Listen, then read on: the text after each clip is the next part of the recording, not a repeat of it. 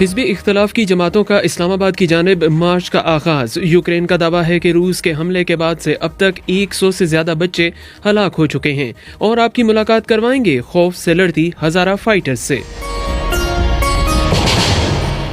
یہ BBC Urdu service ہے. عبید ملک سے خبریں سنیے.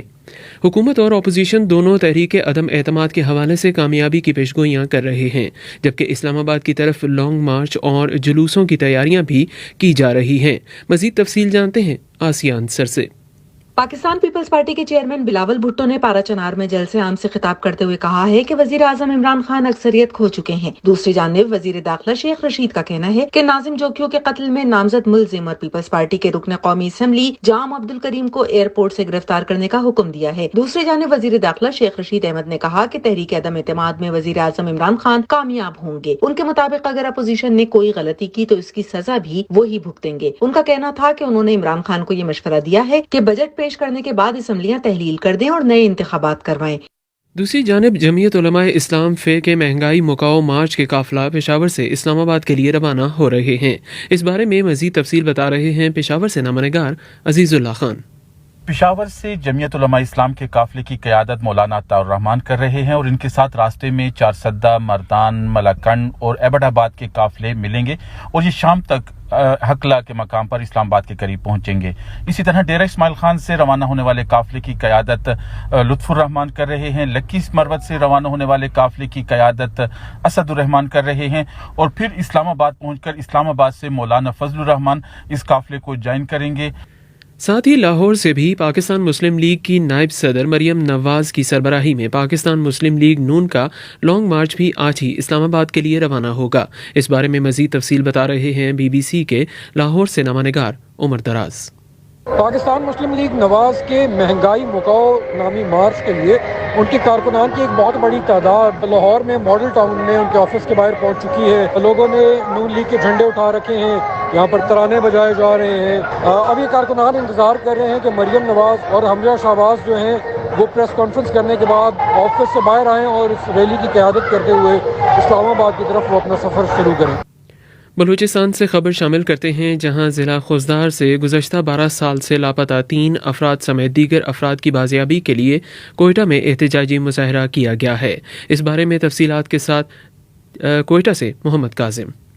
احتجاجی مظاہرہ خوزدار سے 2009 میں جبری طور پر لاپتہ کیے جانے والے کبیر احمد، مشتاق بلوچ اور عطا اللہ بلوچ کے علاوہ دیگر علاقوں سے لاپتہ کیے جانے والے زائد بلوچ اور ڈاکٹر جمیل بلوچ کی بازیابی کے لیے کیا گیا. مظاہرے کے شرکا نے کہا کہ ان افراد کے علاوہ بلوچستان سے ہزاروں افراد لاپتہ ہیں. ان کا کہنا تھا کہ ان افراد کی جبری گمشدگی کے باعث ان کے خاندان ایک اذیتناک صورتحال سے دوچار ہیں. مظاہرے کے شرکا نے مطالبہ کیا کہ تمام افراد کو بازیاب کیا جائے اور اگر ان کے خلاف کوئی جرم ہے تو ان کو عدالتوں میں پیش کیا جائے.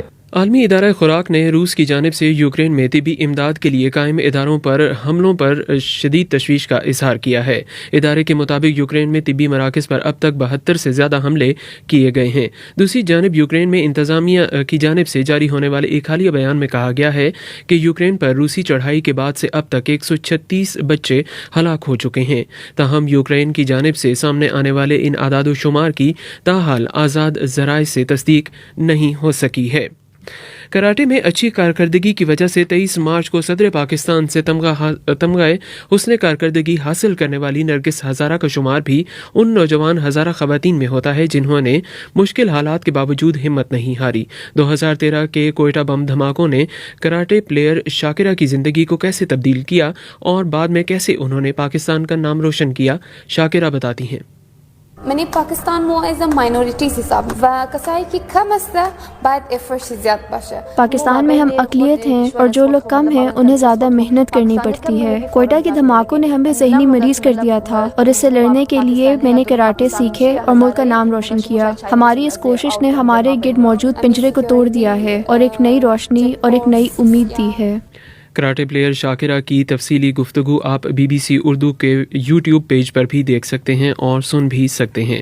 مزید خبروں کی تفصیل جاننے کے لیے آئیے bbcurdu.com پر. یہ خبریں آپ BBC اردو سروس سے سن رہے ہیں.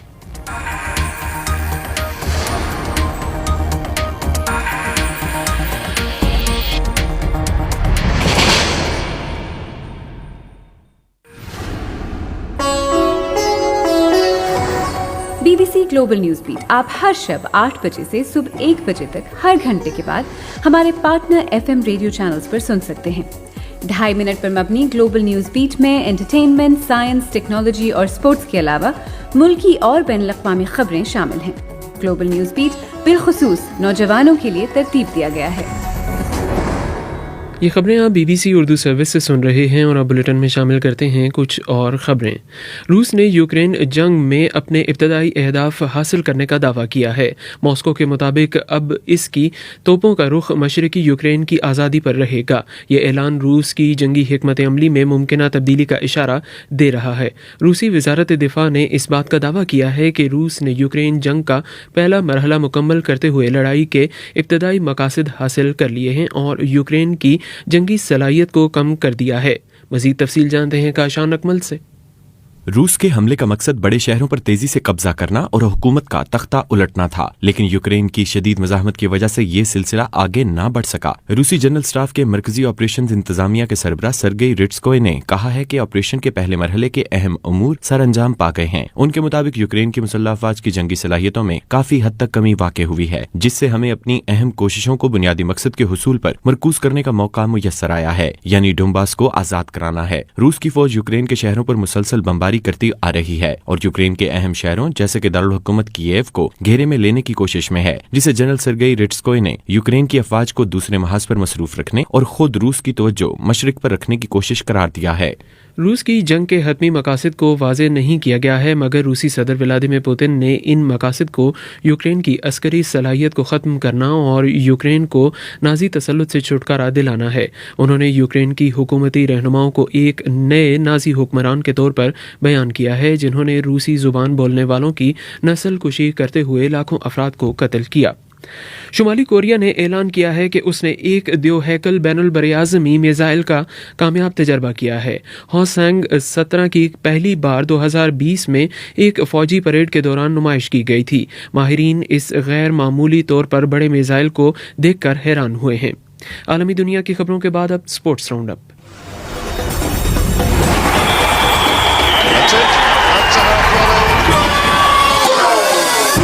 खेलों की खबरों के साथ मैं हूं नाजिश जफर।